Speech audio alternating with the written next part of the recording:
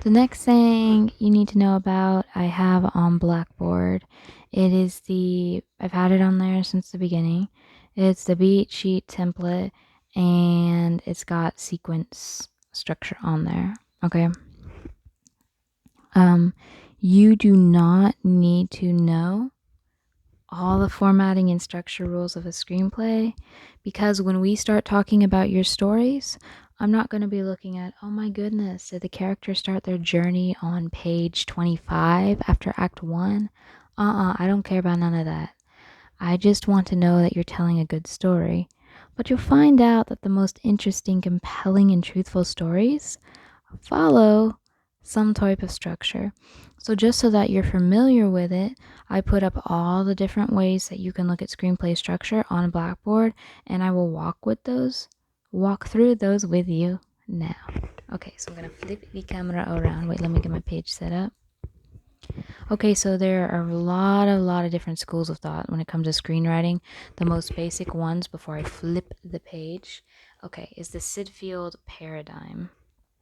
The Syd Field Paradigm is basically really minimal. You have your Act 1, which you have your inciting incident, so that kind of sets the story in motion. Remember how I told you the inciting incident, that kind of sets the story in motion. It's kind of combined in that one story I had about the two people running off to Birmingham, but it's like the boy invites the girl to come with him to Birmingham, and then the mom ends up dying, right? So those two things kind of set the story in motion, and there's a little bit of time for the story for her to make decisions about it, but eventually she's in Act 2 and the adventure begins, right? But we don't even see these terms on the Syd Field Paradigm. We really just see the basic structure. So we have Act 1, which is the shortest. Act 2 divided in two parts, so usually a midpoint, so something that kind of reverses and separates first half from second half. And then Act 3, the climax. So if you think about it as a fairy tale, Act 1 would be like girl goes and Hansel and Gretel are wandering in the woods. Inciting incident, Hansel and Gretel get lost in the woods. Act 2 would be maybe them wandering through the woods and meeting the witch all the way up to when the witch is about to put them in the oven. Act 3 is the climax, when they end up escaping, putting the witch in the oven and running back home.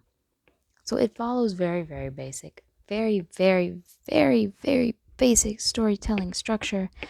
Think about it as a day. Okay, I get up in the morning. That's the inciting incident. I go to work.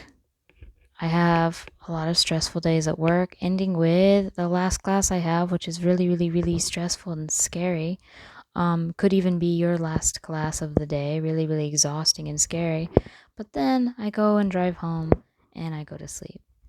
So Act 1, Act 2, Act 3, I don't even like to think of those as really complicated. I just think of Act 2 as conflict. Well, Act 1 is story begins, Act 2 is conflict, and then Act 3 is resolution. Super, super easy. Look, it's even called that: setup, confrontation, resolution. Here's some definitions. So the inciting incident sets the story in motion, usually knocks the character off balance. I'm trying to think. Finding Nemo. Nemo goes missing. Okay, Nemo gets swept away. Monsters Inc. Little girl stays outside the door, and they gotta go figure her out, fix it or something.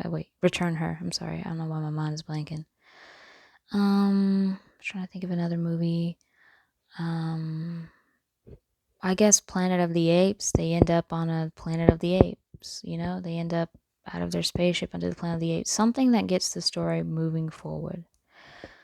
Plot point 1 in this one spins the action around into another direction. So I guess it would be like, we usually call this a debate sequence, but we're not there yet. If we were looking at, we didn't even name the title, but Michael's story, and if someone was like, say if we were structuring it as someone comes up and is like, hey, I'm an evangelist, and I'm going to say, have you ever thought that Christ would heal your mind? Well, then he becomes a Christian would be plot point 1, and then the story as a Christian begins, okay? So it's like we're kind of introduced to what the journey might be. The character kind of reacts to it, and then whatever happens, whatever the character decides, spins the journey into Act 2. Maybe Hansel and Gretel get lost at about the inside